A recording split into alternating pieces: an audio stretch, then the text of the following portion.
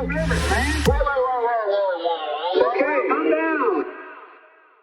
Something else that you tweeted out that I wanted to share is the following. Germany's Bundestag will discuss Friday a draft law that would make commitment to Israel's right to exist a requirement for citizenship. The state that recently ethnically cleansed an entire people based on their identity will make it law to be committed to protecting a state where the offspring of the people Germany genocided are committing their own genocide and ethnically cleansing an entire people based on their ethnicity. And as you pointed out, Yousef, in your tweet, this is not even a requirement in the state of Israel. Right. Yeah. I mean, when I first saw this, and first, like, we have to understand that, this is just the most recent step in a series of batshit insane steps that the German government has been taking in recent years, in relation to this issue, really more than any other country in Europe. And we can have a whole episode just on that. But when I first saw this news, I thought to myself, wow, like, Germany's not even asking for German citizens to acknowledge Germany's right to exist as a condition of citizenship. And then I realized Israel doesn't even require its citizens to acknowledge Israel's right to exist as a condition of citizenship. So why is Germany doing it?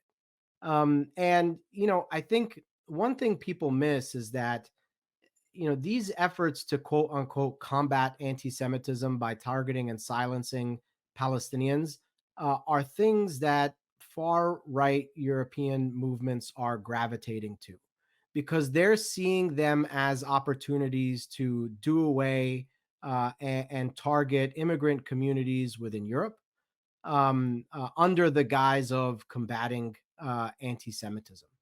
And so in Germany, of course, this is something that is going to target a lot of immigrant communities, a lot of refugee communities, and it's going to be sold as a way to combat anti-Semitism. But really, it's the wildest sort of wet dream of far right fascists in Germany, cloaked in pro-Israel language. So it's wild, because it's been trending this way in Germany for some time. But I think that people of conscience should recognize it for what it is, and it's certainly not an effort to combat anti-Semitism. And we've seen a lot of far right leaders championing Israel and pretending to be opponents of anti Semitism. And that's because Israel has provided a model that a lot of far right movements appreciate. They see a model of a ethno-majoritarian state and say, we want to be like that.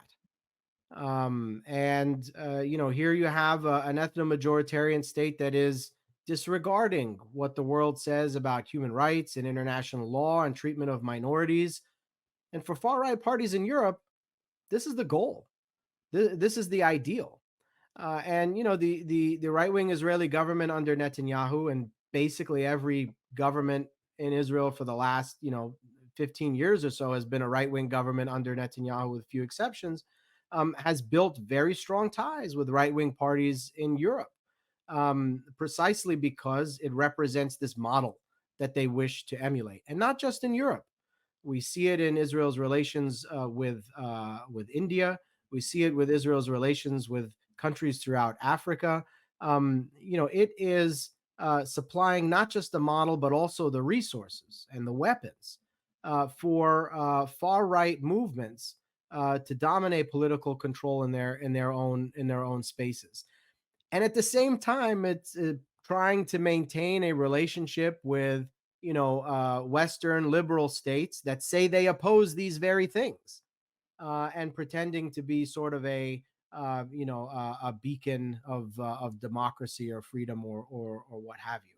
I mean, it's something that collapses under the least bit of scrutiny, and yet the leaders of the free world are willing to play along. And I think honestly they do so at their own risk and at their own peril, because more and more people around the world are seeing this blatant hypocrisy, and they don't want to stand for it.